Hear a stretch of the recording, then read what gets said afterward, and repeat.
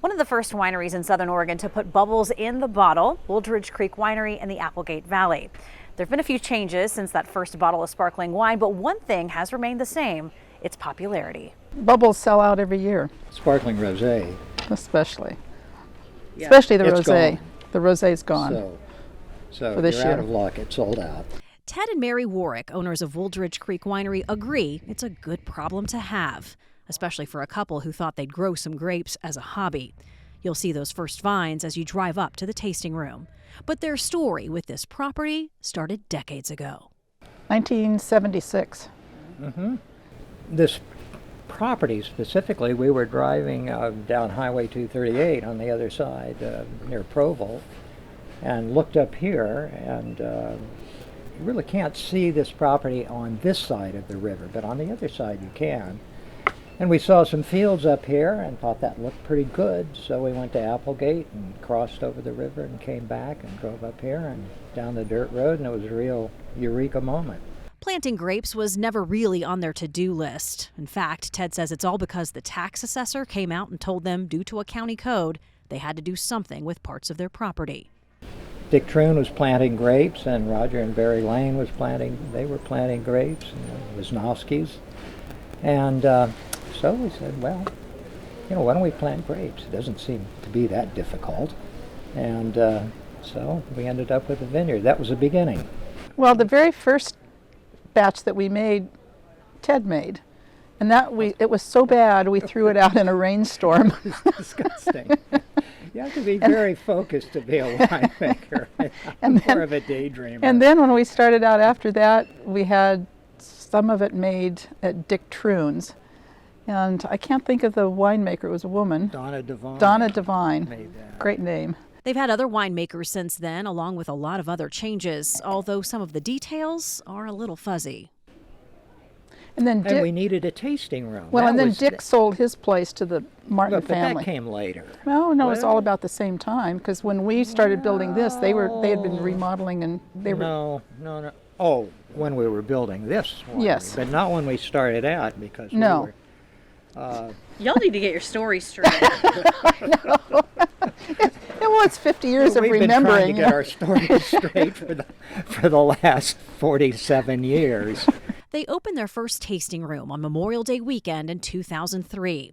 This one came later. It opened the summer of 2005. Bubbles popped into the picture that same year, according to their inventory records. At the time, Wooldridge had a successful wine club. Their wine was in restaurants, and more people were coming by the tasting room to check them out. Well, it was part of our program to throw stuff at the walls and see what sticks. And bubbles seem to stick. People like bubbles. And they really like these bubbles.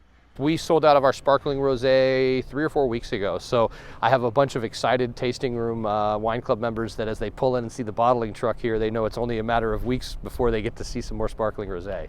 Winemaker Steve Grande started at Wooldridge in 2017, and his journey to where he is now all started with bubbles. It happened to be the first thing he ever did here, help bottle a collaboration wine between Wooldridge and a local cidery. He's bottled a lot of wine at Wooldridge since then. The winery produces anywhere from 3,500 to 4,000 cases a year, with about 500 cases being their brut and sparkling rosé. One of the reasons I think that our bubbles are so popular is because they're not as, how do you say this, not as bubbly as somebody else's bubbles. We don't put as much CO2 in it as a lot of other wineries do. And so it's a little bit softer and easier to drink. A few weeks ago, they were bottling that incredibly popular rosé bubbles. They are one of only 2 sparkling trucks that can do inline carbonation and counter pressure filling. Counter pressure filling is the way that you fill the bottle so that it does not flash and fizz over the way a hot 2-liter soda would on a warm day. The second trailer is about half this size, and that's where the wine will go through to get the CO2 injection before it hits the bottling line proper. For both of their sparkling wines, Steve says it all starts in the vineyard. In the late winter, February, March, I go through and taste all of the barrels, and we'll tend to take certain barrels for our bottled Chardonnay. Other certain barrels will go towards our sparkling brut, with a third lot being designated for our Warwick White Reserve. He holds on to the best, he says, for the bubbles, taking good care of the base wine before this bottling truck rolls in to finish the job. I take the still wine on bottling day and I take it directly to the bottling truck. We got to get it super cold, so I'll chill the tank down to about 39 degrees. The bottling truck will take it down another 8 to 10 degrees and get it down to about 0 degrees Celsius, or 32 Fahrenheit. And we do that because cold things hold gas better. It's a well-oiled machine. Dozens of empty bottles, a tank of wine, and one after another, they're filled and capped. And we started with a cork. We were corking it. But that changed? That changed. Went to screw caps. We found that people like the screw caps. Especially women. Yeah, they can. It's easier to open. The crew at Wooldridge know they have something special with these bubbles. It's history, experimentation, finding what sticks, and a push to keep moving forward. A bottle of Bubs in its own category.